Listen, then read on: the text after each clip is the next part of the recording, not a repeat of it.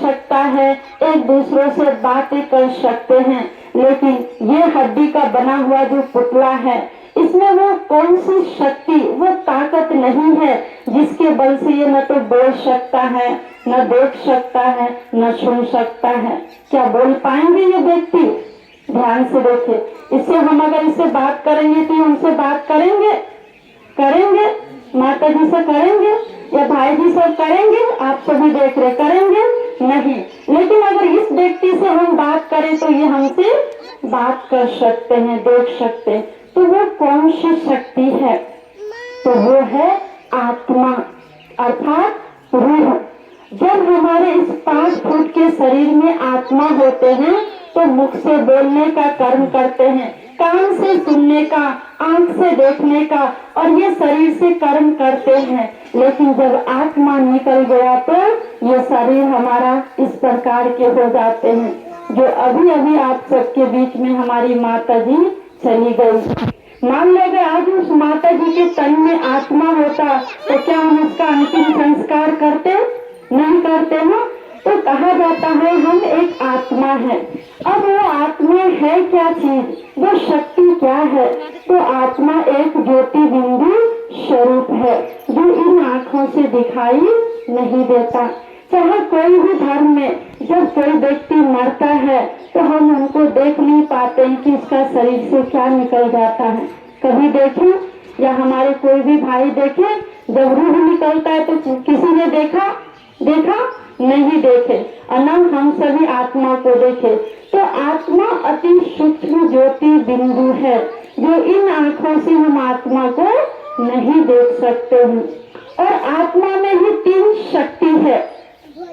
पहला मन, बुद्धि और संस्कार।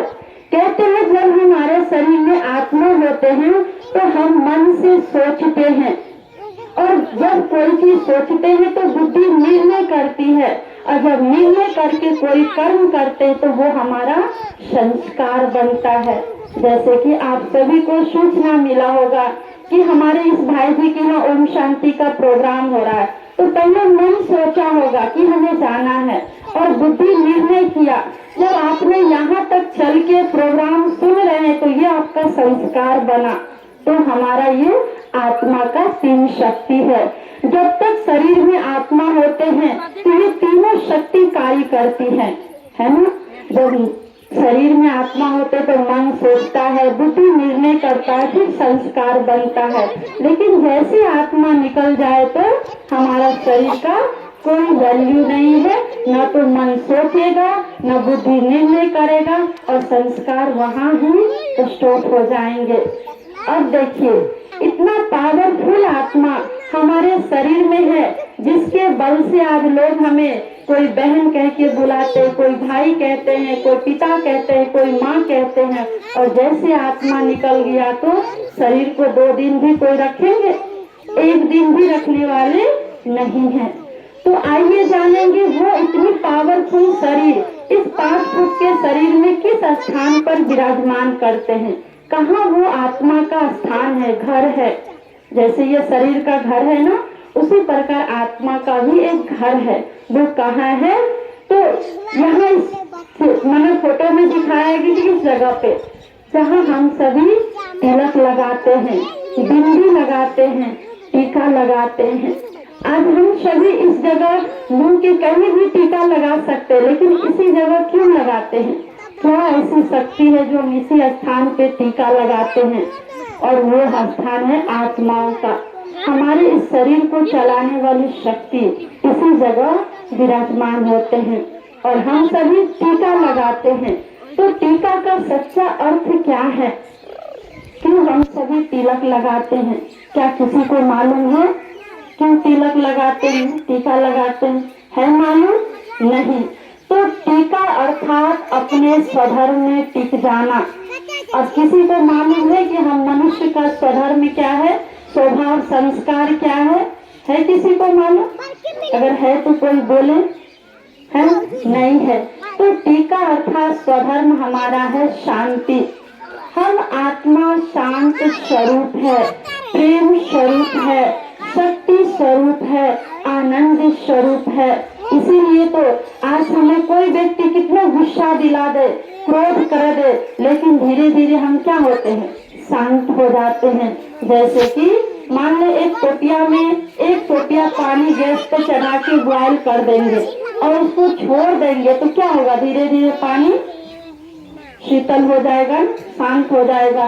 क्योंकि पानी का स्वधर्म है शीतल, अग्नि का स्वधर्म है तापमान, तो हम मनुष्य आत्मा का भी स्वधर्म है शांति, प्रेम।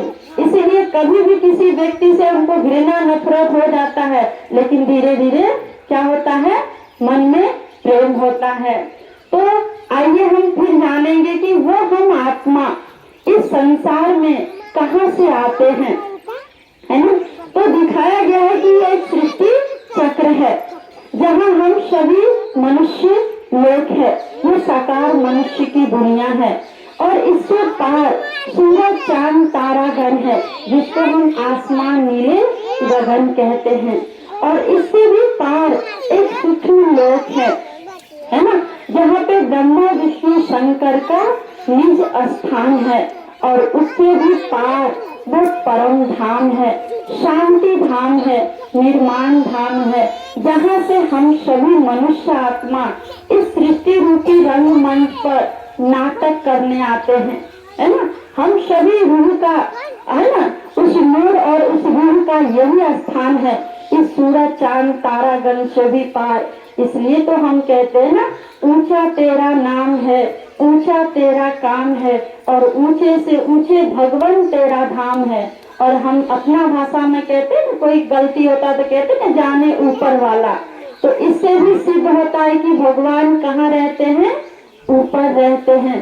और इसी शांति धाम, निर्माण धाम से हम सभी आत्मा इस संसार में शरीर धारण करके रोल करते हैं, पांच बजाते हैं।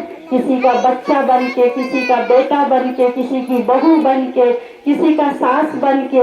और जैसे हमारा इस संसार में रोल पूरा होता है ना, पाठ पूरा होता है ना, तो हम इस संसार को छोड़ के यही आते हैं, है ना। जैसे कि हमारी माता जी का भी संसार में रोल पूरा हो गया, तो वो इस शरीर को यही छोड़